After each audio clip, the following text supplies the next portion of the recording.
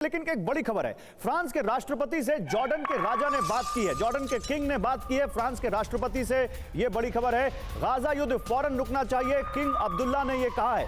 युद्ध नहीं रुका तो क्षेत्र में कहीं और भी धमाका होगा, यह किंग अब्दुल्ला 2 कह रहे हैं। यानी जॉर्डन को यह डर है कि कहीं यह युद्ध उनके घर तक तो नहीं पहुंच जाएगा, जो लगता है कि बहुत संभावी है। तो जॉर्डन के किंग अब्दुल्ला 2 ने मैक्रो से बात की है और बताया है कि उनसे कहा है कि युद्ध कभी भी रुकना चाहिए, वरना यह युद्ध कहीं भी जा सकता है। लेकिन आज इतना ही नहीं है, मैं आपके लिए यहां पर एक बहुत खास रिपोर्ट लेकर आया हूं। गाजा का बारूदी हिसाब आपके सामने रखूंगा तो आप चौंक जाएंगे। आज आपके सामने गाजा से आई एक बेहद चौंकाने वाली जानकारी मैं रख रहा हूं। अभी तक गाजा पर कुल 12,000 टन बारूद गिराया जा चुका है।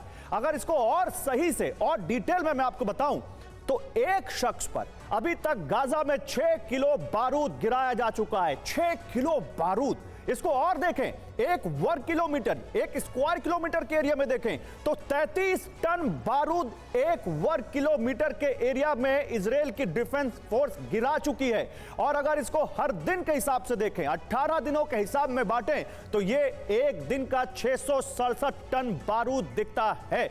आइए जरा मेरे साथ आइए यहां पर कर्नल राठौर, इस पर बताइए मुझे। मैं यहां पर अभी और कुछ दिखाना चाहता हूं। देखिए ये ग्राफिक्स मैं आपको दिखाता रहूंगा, लेकिन जरा इसी के साथ गाजा में आपको बताएं कि कितना ज्यादा नुकसान हुआ है। इसमें अब तक जो डेटा है 6,546 लोगों की मौत हो चुकी है, 6,546 लोगों की, और 2,704 बच्चे इसमें शामिल हैं। साथ ही 15,143 लोग बुरी तरह घायल हुए हैं। ये देखिए, ये गाजा युद्ध का हिसाब है जो मैं आपको दे रहा हूं। लेकिन एक बार फिर से वही चलते हैं कर्नल राठौर, क्योंकि ये जो बारूद का हिसाब है ये बहुत बारूदी है और इसको हिरोशिमा से इसकी तुलना तक कर दी गई। लेकिन इतना बारूद अगर किसी जगह पर गिरा दिया जाए तो ये जो गाजा में तस्वीर है ऐसी होगी, या आपको लगता है कि तस्वीर और ज्यादा भयानक होगी? देखिए, इस बारूद का जो आपने हिसाब दिया है वाकई चौंकाने वाला है। और इसको कंसंट्रेशन के हिसाब से देखें तो नॉर्थ गाजा और सेंट्रल गाजा सबसे ज्यादा सफर रहे हैं। साउथ गाजा तकरीबन अगर उसकी तुलना की जाए तो कम है। ये जो गिरा है ये सारा बारूद कहा जाता है टारगेटेड है, लेकिन ये एक तरीके से उन्हें हिलाने के लिए दिया है कि आप जल्दी से जल्दी छोड़ो होस्टेजेस को और सरेंडर करो। लेकिन ये जो क्वांटिटी है वाकई ये दहलाने। और ये रिपोर्ट, सबसे बड़ी बात ये ब्रिगेडियर शरदेंदु, रिपोर्ट आई है गाजा मीडिया सेंटर से, ये इजराइल से नहीं आई है। ये गाजा का मीडिया सेंटर कह रहा है कि 12,000 टन बारूद अभी तक 18 दिनों में गिरा दिया है। इतना बारूद, आखिर मकसद क्या दिखता है आपको इसमें इजराइल का? देखिए, इतने सारे बारूद गिरा देने का सिर्फ मकसद एक है कि गाजा पट्टी का टोटल डिस्ट्रक्शन।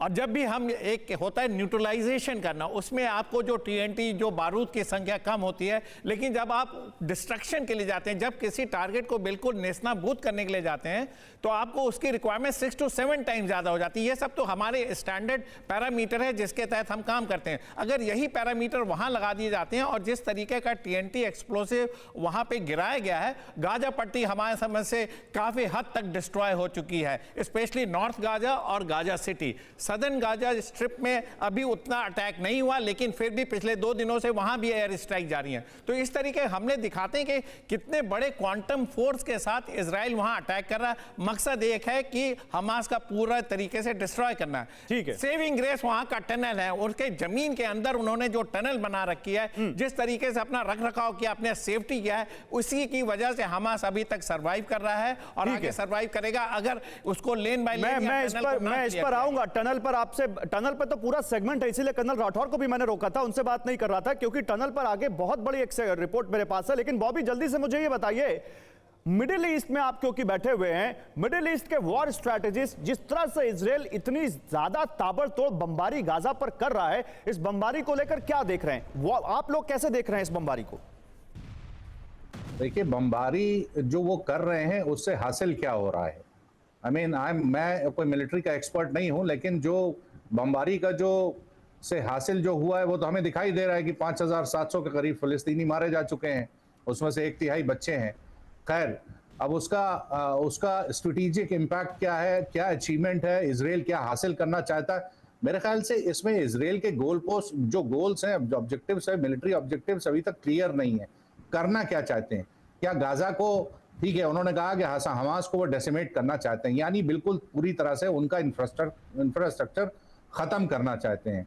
क्या वो हो पाएगा, ये भी अभी क्लैरिटी है नहीं। इसके लिए इसीलिए वो करीब 5 लाख के आसपास सोल्जर्स उन्होंने गाजा के बॉर्डर के पास रोके हुए हैं, जिनको वो अंदर ले जाएंगे।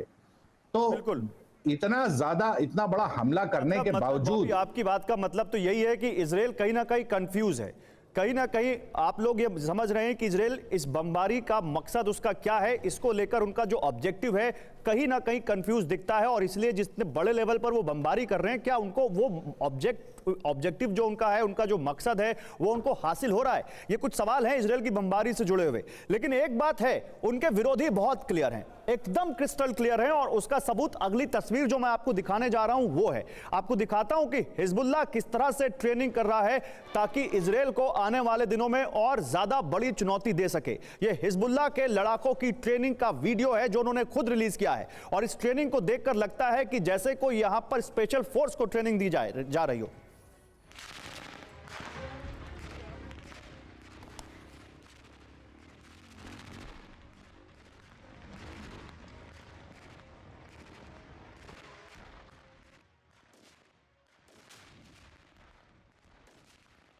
देखिए,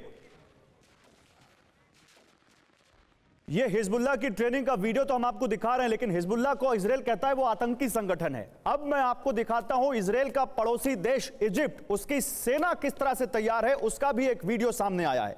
इजिप्ट में किस तरह से वहां पर उनके टैंक, उनके आर्मर्ड व्हीकल तैयार हैं, और इजिप्ट ने कहीं ना कहीं अपना शक्ति प्रदर्शन किया है। आप देखिए, ये मिस्र की सैन्य ताकत का वीडियो सामने आया है जो बताता है कि इजिप्ट भी बिल्कुल तैयार है। अब ये मैसेज इजराइल को है, ये मैसेज अमेरिका को है, ये मैसेज किसको है, ये इजराइल बताएगा।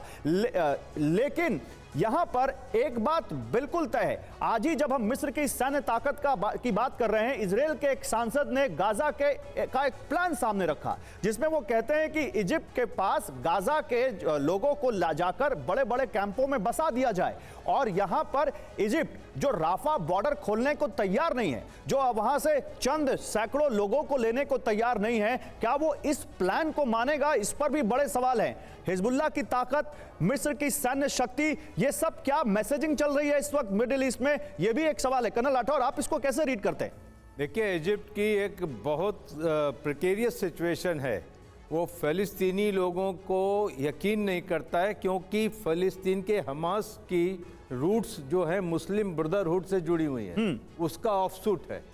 अगर ये फ़लस्तीनी वहाँ गए तो उसके बाद मुस्लिम ब्रदरहुड की जो वहाँ पर टेररिज्म है और इंसर्जेंसी है वो भड़केगी। ये सैन्य शक्ति इसीलिए हो रही है कि इससे दूर रहे। वो हो सकता है उम्मीद हो या उसको डर हो कि शायद मुस्लिम ब्रदरहुड की या ISIS की ये साइनाई डिजर्ट में कुछ शुरू हो जाएगी। ठीक, इसके लिए एक चीज़ है। दूसरी बात यह है कि कौन गारंटी लेगा कि गजा पट्टी से निकले लोग जो जॉर्डन या मिस्र में जाएंगे ये वापस आएंगे? ये वापस नहीं आएंगे। और एक और प्रॉब्लम है, गजा पट्टी के लोग भी जाना नहीं चाहते। इसको वो नकबा बोलते हैं। नकबा का मतलब है 1948 में जब ये डिस्प्लेस हुए थे, आज तक वो सेटल नहीं हुए।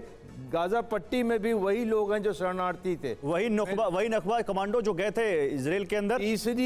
तीसरी जनरेशन है ये डिस्प्लेस्ड लोगों की। वो जॉर्डन या मिस्र में नहीं जाना चाहेंगे। ये प्लान काम नहीं करेगा। ठीक है, ये प्लान काम नहीं करेगा। और ये प्लान क्या है?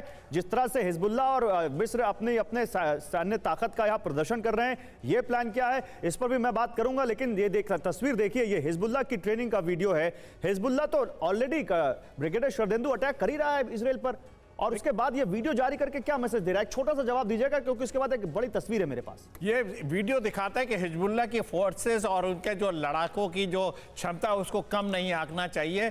जितना हमास इफेक्टिव रहा है उतना ही हिजबुल्लाह भी खतरनाक इजराइल के लिए हो सकता है। उनकी संख्या देखिए, उनके लड़ाकों की संख्या देखिए, उनके रिजर्विस्ट देखिए, उनका जो फैलाव है, किस देशों से वो ऑपरेट करते हैं। और क्या किसी दूसरे कंट्री में आप सीज लगा सकते हैं? लेबनान को सीज कर सकते हैं, सीरिया को सीज कर सकते हैं, ईरान से उनकी सप्लाई लाइन काट सकते हैं। अगर नहीं तो हिजबुल्लाह हमेशा सरवाइव करेगा। अगर वो युद्ध में खुले तौर पे इजराइल पे आता है तो इजराइल के लिए एक बहुत बड़ा चैलेंज होगा ये। ठीक है, मैं आता हूं आपके पास, लेकिन अब देखिए गाजा पर इजराइल का बम आपको दिखाते हैं। अब किस तरह से गाजा पर इजराइल बम गिरा रहा है उसकी एक और तस्वीर आपके सामने। ये तस्वीर देखिए, ये तस्वीर तो हिजबुल्लाह की है, लेकिन ये अब तस्वीर आपके सामने आई। ये तस्वीर रात की, जहां पर इजराइल ने कैसे गाजा पर बम गिराया, और बीती रात भी गाजा पर इजराइल ने बहुत अटैक किया, और कहा जा रहा है सबसे ज्यादा लोग एक दिन में बीती रात जो पिछले 24 घंटे में मारे गए हैं, जो इजराइल ने गाजा पर बमबारी की है।